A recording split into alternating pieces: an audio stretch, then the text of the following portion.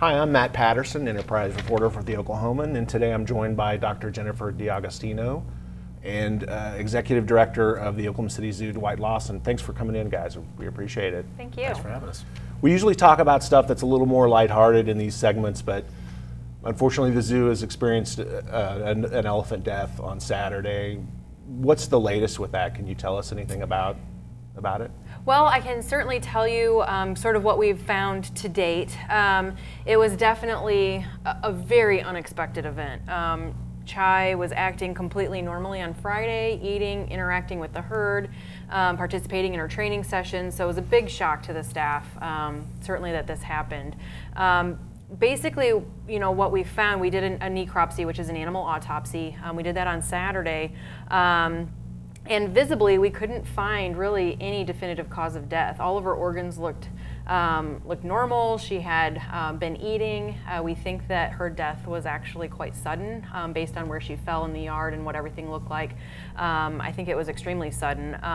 We didn't see any indications of the elephant herpes virus. That's something that we certainly will test for, but certainly no signs of that in any form or fashion. So at this point, unfortunately, we don't really have any great leads as to cause of death. What are you able to rule out when you look at a necropsy? Is that part of the process? Are you able to rule things out? Sometimes, yeah. I mean, you know, definitely when we do the necropsy, we can only see what we can see with the naked eye. You know, additional testing is still pending where we look at tissues under the microscope and we do special blood testing and different things like that. That's going to take a little while, so you can see a little bit more sometimes there. But, you know, oftentimes, you know, with the elephant herpes virus, typically you'll see a lot of hemorrhage in the body, which we did not see at all with Chai. You can see, you know, if they have a large tumor, cancer, you know, things like that are really easy to identify.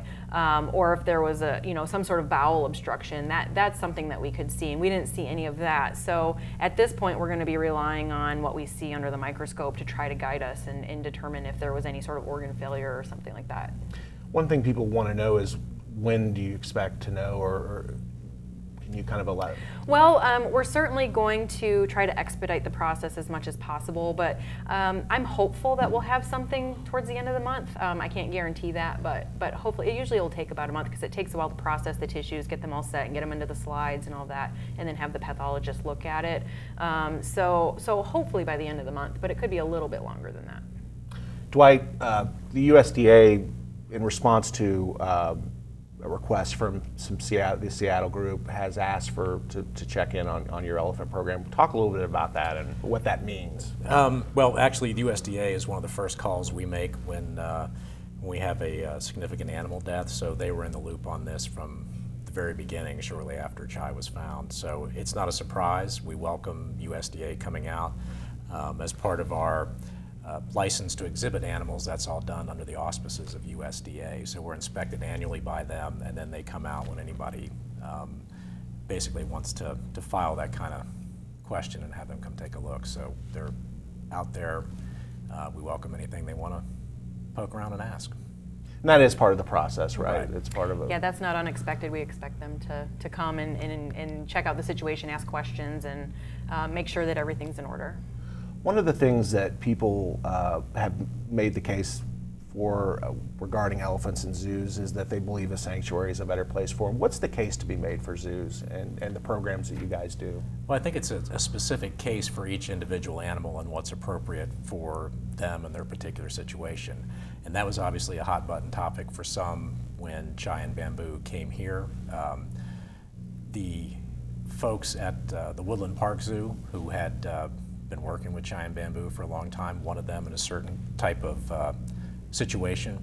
As you know, excuse me, elephants are very social animals, and so they wanted to place them with other elephants, preferably in a scenario where there's a multi-generational herd, which is typical for their social structure. And so, you know, that wasn't available in sanctuaries, which would manage them quite differently. So based on our facility, our excellent staff, veterinary staff and animal management staff, as well as the fact that we had other animals here that they could interact with, we were the logical choice for Woodland Park, and so that's why the decision was made to come here.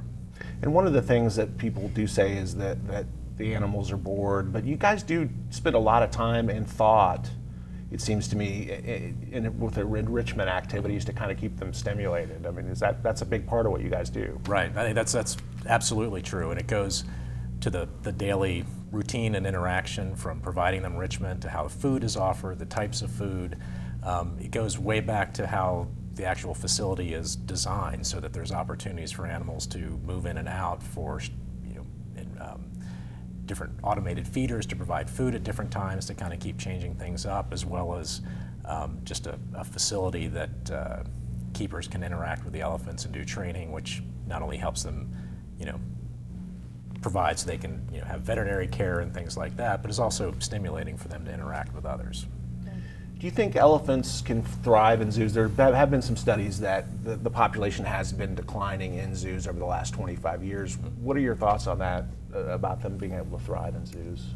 Well, certainly Dwight can allude to this as well. I mean, I think that elephants actually do very well in zoo situations. Certainly with the AZA, which is our,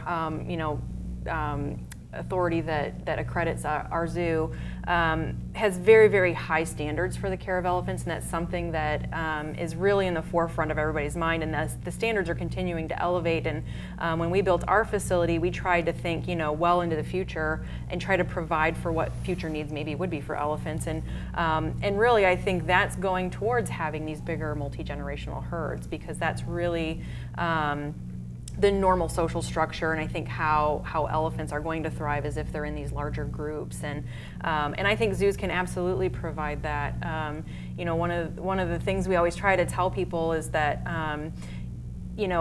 whether you believe elephants should be in a zoo or not, the sad reality is that zoos are such a critical part of conservation of elephants. Without zoos and without these breeding programs, elephants are very likely to go extinct completely. They're still in terrible conditions in the wild, where they're being poached at a non-sustainable rate, and by having people come to the zoo and interact with these elephants, learn about them, they can care about them and try to help save them in the wild. I mean, that's really what does need to happen. And AZA zoos in particular put so much time, money, and effort into protecting these elephants in the wild. Maybe some of these people might not realize that we do that. We spend a lot of time and money and effort on conservation, and having these captive populations is almost just like an assurance population, so that if they do go extinct in the wild, they're not extinct completely forever in the world. And possibly if we can get some habitat restoration, we can release some of the animals back into the wild and have a release program. That would be great. But we're really a critical piece of the puzzle. How dire, I mean, you kind of touched on that, but how dire is their situation in the wild? It seems like every year it just seems to get worse and worse as far as habitat loss, right, things like that. Talk a little bit about how bad it is. It's bad. I mean, Asian elephants are considered endangered. The estimates range from 30 to 50,000 left in the wild. If you think of where that wild is, it's in some of the most densely populated human places on the planet in Southeast Asia. So their habitat's declining. It's getting fractured, they're subject to poaching, they're subject to human-animal conflict. If they're raiding farms, then people are going after the elephants and all. So, with a population that's lost more than 50% in the last generation or two, the outlook is not good in the wild. And so zoos and other conservation tactics play a vital role in the ultimate future of elephants. It's a piece of a much broader, much more complicated puzzle. And to your question about, can elephants thrive in zoos? They can. They're long-lived organisms, and so it's going to take a long time to get to that point where, the successes will outweigh the setbacks, and there's still a lot of learning to be done. But you could have had the same conversation about gorillas in zoos and other social big animals that, 20, 30 years ago were not sustainable. Why are you doing this, or whatever? Now, the wild situation hasn't gotten any better, but we've gotten much better on the zoo side of things, and can care for these animals in socially appropriate situations, and provide them excellent medical and husbandry care as well. And so elephants may be a little behind that curve right now, but certainly, I think in 5 to 10 years we'll be kind of over that crest and into growth mode. Yeah, and I think that, for the next generation to come, I mean, I think the days of zoos that have one or two elephants or an African elephant and an Asian elephant together are going to be a thing of the past. I think you're going to see the zoos that do have elephants are going to be fewer and far between, but they're going to have the big multi-generational herds and breeding programs. And I really think that's where we're heading and where we're going to have the success. And we primarily we're focusing on Asian elephants today, but African elephants have similar problems in the wild as well, right? they are actually, there's probably there are fewer Asian elephants on the planet than there are African elephants, but a lot of the recent attention on elephant conservation has been focused, appropriately so, in Africa, where poaching of both elephants and rhinos that are in the same habitat has just ramped up exponentially over the last couple of years. And that's strictly black market activity of ivory and rhino horn going to buyers in Asia and China in particular through these avenues. And there's all sorts of ties to terrorist groups and things because it's easy money and lack of regulation and things like that. But it's put a tremendous strain on the elephant population as well, to where there are estimates of nearly 100 animals a day being killed. One thing you mentioned to me a few months ago is that zoos are a lot like anywhere else. There's a 100% mortality rate. Can you talk a little bit about that? I mean, you do have several other elephants that Rex is pushing 50. Bamboo is 47, I believe. So they're older. You have some older animals throughout the zoo. I mean, that's just part of life, right? I mean, it is an unfortunate thing you guys have to do. Well, it is part of life. I don't know that it's necessarily unfortunate, but it's the reality. And obviously, Jennifer deals with it every single day. I think, zoos have tended to put themselves out there as this, great family attraction. You can come and see these things. But in reality, it's living animals, and they have a lifespan. They're born, they have families, they die, and all, and so that just needs to be part of that entire conversation. Yeah, and one of the things that I think people don't really think about. I mean, it's just similar. If you start thinking about your own family, and some people die younger, some people die older, and we're starting to collect more data on longevity of animals and different species. And a lot of times for certain species, we have a median life expectancy, which means that a lot of animals could be expected to live to that point, but certainly a good portion of them are going to die before that time, and a good portion are going to die after that time. It's kind of like a bell curve, So that's really the reality of it. I mean, it's the same in human populations. It's just whenever you have an animal in a zoo, people don't tend to think that way. They expect them to live forever, and that's just not the reality.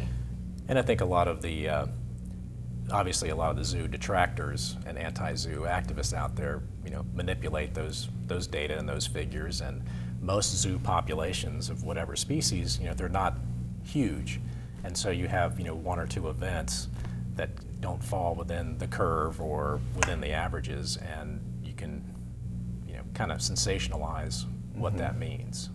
Yeah, for sure.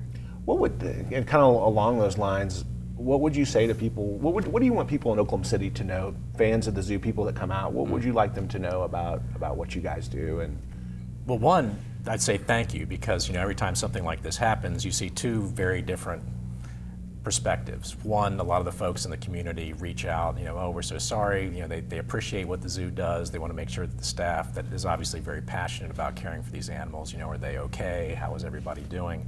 So there's an outpouring of support from everybody, and we are hugely grateful for that happens.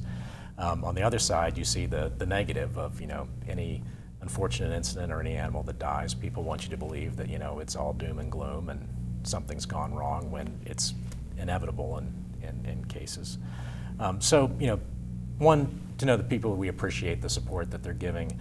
Two, that we are a group of very dedicated professionals who are passionate about caring for animals, not just the individual animals that are at the zoo, but as Jennifer mentioned, the animals that are in the wild, their counterparts, and making a contribution to the, making sure that elephants and other species are around for future generations.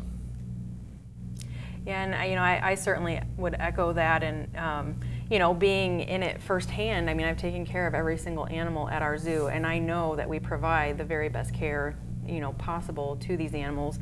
To our credit, I mean, right now we have the oldest anteater in captivity. I mean, we have these animals that are like having longevity records that live at the zoo. Nobody tends to focus on that, but we have a 29-year-old anteater that's currently the oldest living anteater in the population, and then is close to setting a record.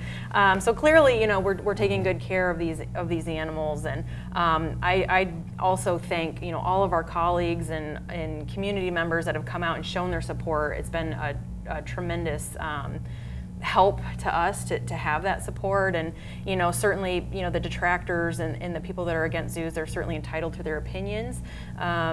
I find personally that usually it's because they're ill-informed about what we actually do, and we just usually try to stay positive and encourage them to just focus their efforts on conservation and try to really see what we do and why zoos are so valuable. Jennifer D'Agostino and Dwight Lawson, thanks for joining us today. We really appreciate you coming in. Thank you, Matt. Thank you.